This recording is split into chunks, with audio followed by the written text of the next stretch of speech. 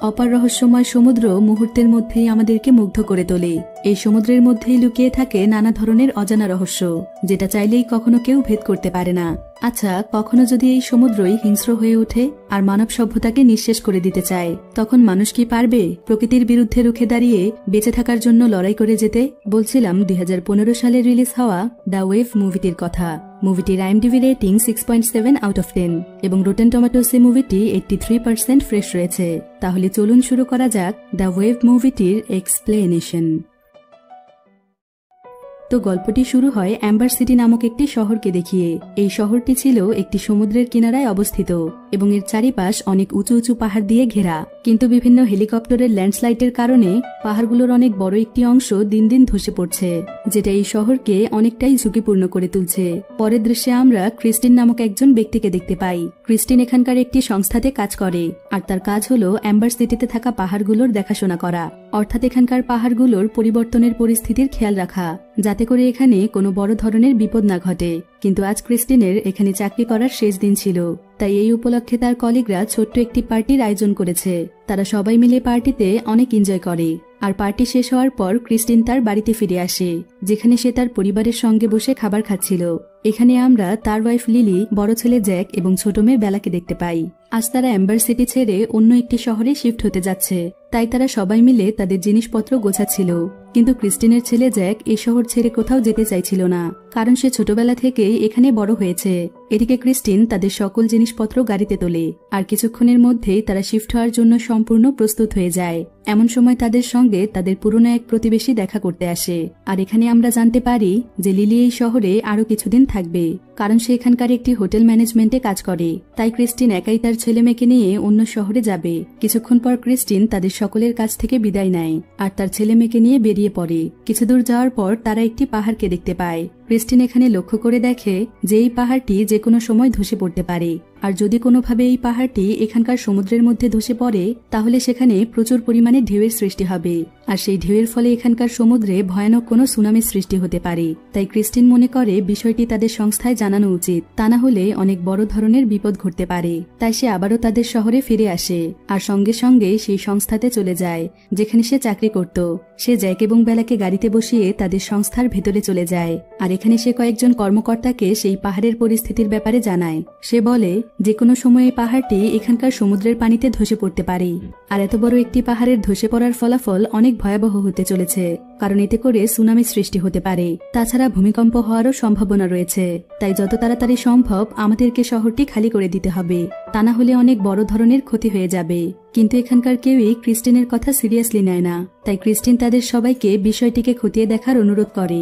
ক্রিস্টিনের অনেক অনুরোধের পর তারা সেই পাহাড়টিকে চেক করার সিদ্ধান্ত নেয়। তাই তারা ক্রিস্টিনের সঙ্গে তাদের একজন কর্মচারীকে সেখানে পাঠায়, আর কিছুক্ষণের মধ্যেই তারা একটি হেলিকপ্টারের মাধ্যমে সেখানে চলে যায়। সেখানে গিয়ে তারা দেখে এই পাহাড়ের মধ্যে বিশাল এক ফাটলের সৃষ্টি হয়েছে। তাই তারা বিষয়টি চেক করার জন্য সেই ফাটলের মধ্যে প্রবেশ করে। কিন্তু যখনই তারা ফাটলটির নিচে পৌঁছে যায় তখন তারা বুঝতে পারে এই পাহাড়টি ধীরে ধীরে নিচের দিকে নেমে যাচ্ছে। এদিকে সংস্থার অন্যান্য কর্মকর্তারা ফুটেজের মাধ্যমে এই বিষয়গুলো দেখতে পাচ্ছিল। তাই তারা সবাই বুঝতে পারে যে যে কোনো সময় এই পাহাড়টি ধসে পড়তে পারে, ফলে অনেক বড় ধরনের সুনামি সৃষ্টি হওয়ার সম্ভাবনা রয়েছে। অন্যদিকে জ্যাক গাড়িতে বসে বোর হচ্ছিল, তাই সে তার মাকে ফোন করে, আর সে তার মাকে বলে তাকে এবং তার বোন বেলাকে এখান থেকে নিয়ে যেতে, কারণ তারা প্রায় অনেক সময় যাবৎ ক্রিস্টিনের জন্য অপেক্ষা করেছে। কিন্তু ক্রিস্টিন তাদেরকে কোনো কিছু না জানিয়ে সেই পাহাড়টি চেক করতে গিয়েছে। এখানে তার মা লিলি তাকে বলে, আমার তো এখন হোটেলে অনেক কাজ আছে, তাই তুমি বেলাকে নিয়ে এখানে চলে এসো। পরের দৃশ্যে আমরা ক্রিস্টিনকে দেখতে পাই, যে কিনা সেখানকার কর্মকর্তাদের সঙ্গে ঝগড়া করছিল, কারণ ক্রিস্টিন চাইছিল যত তাড়াতাড়ি সম্ভব শহরটিকে খালি করা হোক। কিন্তু তারা সবাই ক্রিস্টিনকে বলে, আমরা পাহাড়টিতে যেই পরিবর্তন দেখছি সেটা কিছুদিনের মধ্যেই ঠিক হয়ে যাবে, তোমার এত আতঙ্কিত হওয়ার কোনো প্রয়োজন নেই। কিন্তু ক্রিস্টিন তাদেরকে বারবার বোঝানোর চেষ্টা করে, তবে এতে কোনো লাভ হয় না, কারণ তারা কিছুতেই ক্রিস্টিনের কথা শুনতে চাইছিল না। ক্রিস্টিন বুঝতে পারে যে তারা তার কথা শুনবে না, তাই সে মন খারাপ করে তার গাড়িতে ফিরে আসে। এখানে এসে সে একটি চিঠি পায় যেখানে লেখা ছিল আমরা মায়ের কাছে যাচ্ছি, অর্থাৎ সে বুঝতে পারে জ্যাক এবং বেলা তার মায়ের কাছে গিয়েছে। তাই সে দেরি না করে লিলির হোটেলের দিকে রওনা হয়। আর খুব অল্প সময়ের মধ্যে সে সেই হোটেলে পৌঁছে যায়। এখানে তার ওয়াইফ লিলি তার সঙ্গে রাগ করে। সে ক্রিস্টিনকে বলে, তুমি বাচ্চাদেরকে একা রেখে কোথায় গিয়েছিলে? তখন ক্রিস্টিন বলে, আমার একটু জরুরি কাজ ছিল আর আমি বুঝতে পারিনি যে এত দেরি হয়ে যাবে। এরপর সে লিলিকে সরি বলে আর সে আবারও তার বাচ্চাদেরকে নিয়ে সেই শহরে যেতে চায়। লিলি তখন তার বাচ্চাদেরকে ক্রিস্টিনের সঙ্গে যেতে বলে, কিন্তু জ্যাক তার বাবার সঙ্গে যেতে চাইছিল না, কারণ সেই শহরে আরো কিছুদিন থাকতে চায়। তাই সে তার মায়ের সঙ্গে এখানে থেকে যায়। ক্রিস্টিন তখন লিলি এবং জ্যাককেও তার সঙ্গে যেতে বলে, কারণ সে খুব ভালো করেই জানে যে এখানে থাকলে তাদের বিপদ হতে পারে। কিন্তু লিলি ক্রিস্টিনকে বলে, আমাদের জন্য কোনো চিন্তা করো না, কয়েকদিনের মধ্যেই এখানে নতুন ম্যানেজার আসবে আর তখনই আমি এই চাকরিটি ছাড়তে পারবো। তুমি বেলাকে নিয়ে সেখানে চলে যাও, এরপর আমি কয়েকদিনের মধ্যেই জ্যাককে নিয়ে সেখানে চলে যাব। ক্রিস্টিন কোনো উপায় না পেয়ে বেলাকে নিয়ে সেখান থেকে বেরিয়ে পড়ে। এরপর সেদিন রাতের বেলায় সমুদ্রে অনেক ঢেউয়ের সৃষ্টি হচ্ছিল, ফলে সেই সংস্থার দুজন কর্মচারী আবারও সেই পাহাড়ে চলে যায় আর তারা আবারও সেই ফাটলটিকে চেক করতে থাকে। আসলে সেই ফাটলটিকে সেন্সর কেবলের মাধ্যমে যুক্ত করে রাখা হয়েছে, যেটা ধীরে ধীরে অনেক নরমাল হয়ে যাচ্ছে। এরপর সেই কর্মকর্তারা সেখান থেকে উপরে উঠে আসতে চায়, কিন্তু ঠিক তখনই সেই পাহাড়টি ধসে পড়তে শুরু করে। এমন পরিস্থিতিতে তাদের উপরে ওঠার কোনো চান্সই ছিল না, কারণ তাদের উপর অনেক বড় বড় পাথর পড়ছিল। দেখতে দেখতেই সেখানে ভূমিকম্প শুরু হয়ে যায়, ফলে পুরো পাহাড়টি ধসে পড়তে থাকে আর কিছুক্ষণের মধ্যেই তারা মারা যায়। এদিকে পুরো পাহাড়টি ধসে সমুদ্রের বুকে আছড়ে পড়ে, ফলে সেই সমুদ্রের মধ্যে তোলপাড় শুরু হয়ে যায় আর ধীরে ধীরে সেখানে সুনামি সৃষ্টি হতে থাকে। এরপর কিছুক্ষণের মধ্যেই একটি বিশাল আকৃতির ঢেউ শহরের দিকে যেতে শুরু করে। এদিকে সেই সংস্থার মানুষেরা বুঝতে পারে যে তারা ক্রিস্টিনের কথা না শুনে কত বড় ভুল করে ফেলেছে, কিন্তু এখন তাদের হাতে আফসোস করারও সময় নেই। যা কিছু করার তাদেরকে খুব তাড়াতাড়ি করতে হবে। তাই সঙ্গে সঙ্গেই তারা শহরের ইমার্জেন্সি অ্যালার্ম অন করে দেয়, ফলে যত তাড়াতাড়ি সম্ভব এখানকার সকল মানুষ শহর ছেড়ে পালাতে শুরু করে। ক্রিস্টিন এবং তার মেয়ে গাড়িতে ছিল, কিন্তু শত শত মানুষের ছুটোছুটির কারণে রাস্তার মধ্যে প্রচুর পরিমাণে জ্যাম লেগে গিয়েছে।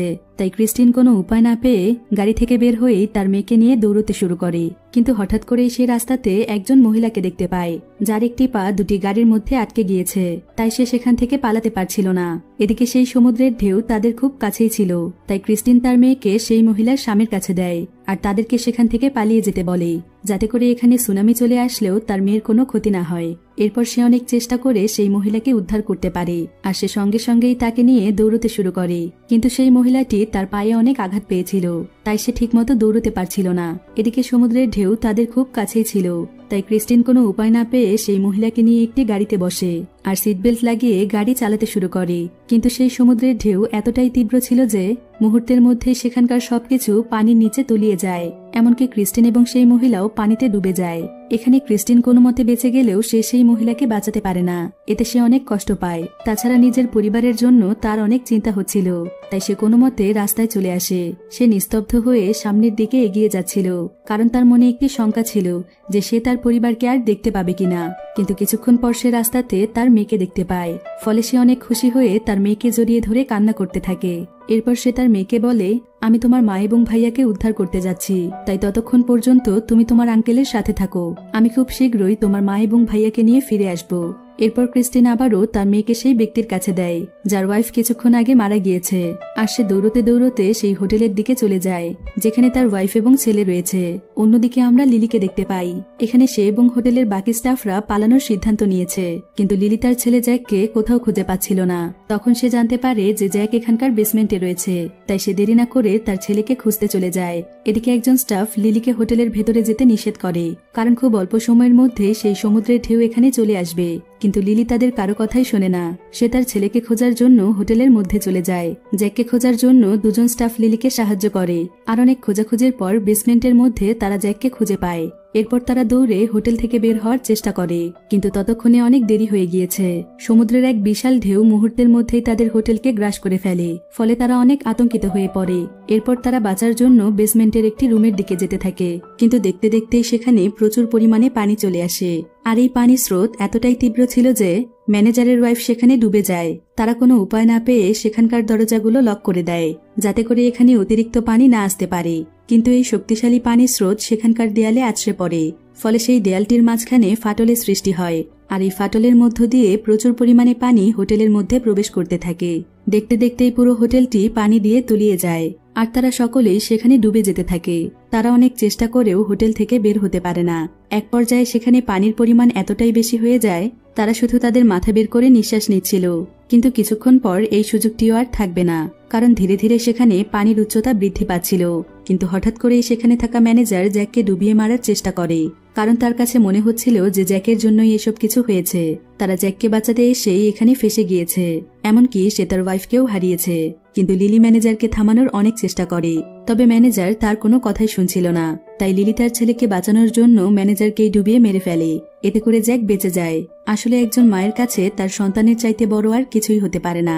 এদিকে সেখানে পানির উচ্চতা বেড়েই চলছিল, আর তারা কোনোভাবেই সেখান থেকে বের হতে পারছিল না। তাই তাদের কাছে মনে হচ্ছিল যে তারা হয়তো আর বাঁচতে পারবে না। অন্যদিকে আমরা ক্রিস্টিনকে দেখতে পাই, যে কিনা তার ওয়াইফ এবং ছেলেকে খুঁজতে খুঁজতে এই হোটেলে চলে এসেছে। ক্রিস্টিন আসলে উপরের ফ্লোরে ছিল, যেখানে এখনো সুনামির পানি প্রবেশ করেনি। এখানে ক্রিস্টিন মনে করে যে জ্যাক এবং লিলি হয়তো মারা গিয়েছে, তাই সে নিজের উপরেই অনেক রেগে যায়, আর একটি রড হাতে নিয়ে সেখানেই বাড়ি মারতে থাকে। এদিকে লিলি সেই রডের আওয়াজ শুনতে পায়, ফলে সেও এপাশ থেকে সিগন্যাল দিতে থাকে, যাতে করে সেখানে কেউ থাকলে তাদেরকে সাহায্য করতে আসে। এদিকে ক্রিস্টিন লিলির আওয়াজ শুনতে পায়, আর সে দেরি না করে সেখানকার বেসমেন্টে চলে যায়। কিন্তু ততক্ষণে পুরো ফ্লোরটি পানি দিয়ে ভর্তি হয়ে গিয়েছে, আর জ্যাক এবং লিলি পানির মধ্যে ডুবে গিয়েছে। এদিকে ক্রিস্টিন সেখানকার দরজা খুলে প্রথমেই তার ওয়াইফকে খুঁজে পায়, আর সঙ্গে সঙ্গে সে সেই দরজা দিয়ে তার ওয়াইফকে বাইরে বের করে দেয়। এরপর সে তার ছেলের কাছে যায়। এখানে সে তার ছেলের মনে সাহস যোগায়। এরপর তারা দুজনেই সেই দরজাটিকে খুঁজতে শুরু করে, কিন্তু তারা পানির মধ্যে থাকার কারণে দরজাটি খুঁজে পাচ্ছিল না। ধীরে ধীরে সেখানে জ্যাকের দম বন্ধ হয়ে যাচ্ছিল। ক্রিস্টিন কোনো উপায় না পেয়ে তার মুখ দিয়ে জ্যাককে অক্সিজেন দেয়। এতে জ্যাক কিছুটা স্বস্তি বোধ করে। কিছুক্ষণের মধ্যেই ক্রিস্টিন সেই দরজাটিকে খুঁজে পায়, আর সে তার ছেলেকে বাইরে বের করে দেয়। এরপর সে নিজেও বাইরে বের হতে যাচ্ছিল, কিন্তু ধীরে ধীরে সেও আর নিঃশ্বাস নিতে পারছিল না, আর তার হাত পায়ের নড়াচড়া বন্ধ হয়ে যাচ্ছিল। এদিকে অনেক সময় চলে যাওয়ার পরও ক্রিস্টিন যখন বাইরে বের হচ্ছিল না, তখন লিলি তার জন্য অনেক চিন্তিত হয়ে পড়ে, আর সে ক্রিস্টিনকে খুঁজতে আবারও সেই পানির মধ্যে নেমে যায়। কিছুক্ষণের মধ্যেই সে ক্রিস্টিনকে খুঁজে পায়, কিন্তু সে দেখে ক্রিস্টিন ঠিকমতো নিঃশ্বাস নিতে পারছিল না। তাই সে কোনো মতে ক্রিস্টিনকে সেখান থেকে বাইরে বের করে, আর সঙ্গে সঙ্গেই সে তার মুখ দিয়ে ক্রিস্টিনকে অক্সিজেন দিতে থাকে। কিন্তু এতে করে কোনো লাভই হয় না। ক্রিস্টিনকে দেখে মনে হচ্ছিল যে সে মারা গিয়েছে। তাই লিলি এবং জ্যাক ক্রিস্টিনের জন্য সেখানে কাঁদতে শুরু করে, কিন্তু জ্যাকের কাছে মনে হচ্ছিল যে তার জন্যই তার বাবার এই অবস্থা হয়েছে। তাই সে শেষবারের মতো তার বাবাকে বাঁচানোর চেষ্টা করে। জ্যাক এখানে ক্রিস্টিনের বুকে চাপ দিতে থাকে, ফলে কিছুক্ষণের মধ্যেই ক্রিস্টিন তার জ্ঞান ফিরে পায়। আর ক্রিস্টিনকে জীবিত দেখে জ্যাক এবং লিলি অনেক খুশি হয়ে যায়। তারা খুশিতে একে অপরকে জড়িয়ে ধরে। কিছুক্ষণের মধ্যেই খবর পেয়ে রেস্কিউ টিম সেখানে চলে আসে, আর তারা তাদেরকে উদ্ধার করে। এরপর তাদেরকে সেই জায়গাতে নিয়ে যাওয়া হয় যেখানে তাদের মেয়ে বেলা রয়েছে। আসলে সেই জায়গাটি ছিল একটি আশ্রয় কেন্দ্র। এখানে বেলা তাদেরকে দেখে অনেক খুশি হয়ে যায়, আর সে তার মা বাবাকে জড়িয়ে ধরে। ক্রিস্টিনও এখানে তার ওয়াইফ এবং বাচ্চাদেরকে একসঙ্গে পেয়ে অনেক খুশি হয়। এরপর তারা একে অপরকে জড়িয়ে ধরে, আর এখানেই শেষ হয়ে যায় দ্য ওয়েভ মুভিটি। এই মুভিটির আরো একটি পার্ট রয়েছে, যার গল্পটি প্রথম পার্টের চাইতেও অনেক বেশি ইন্টারেস্টিং। পরবর্তী ভিডিওতেই এই মুভিটির সেকেন্ড পার্ট দেয়া হবে। সে পর্যন্ত সকলেই ভালো থাকুন, সুস্থ থাকুন। আল্লাহ হাফেজ।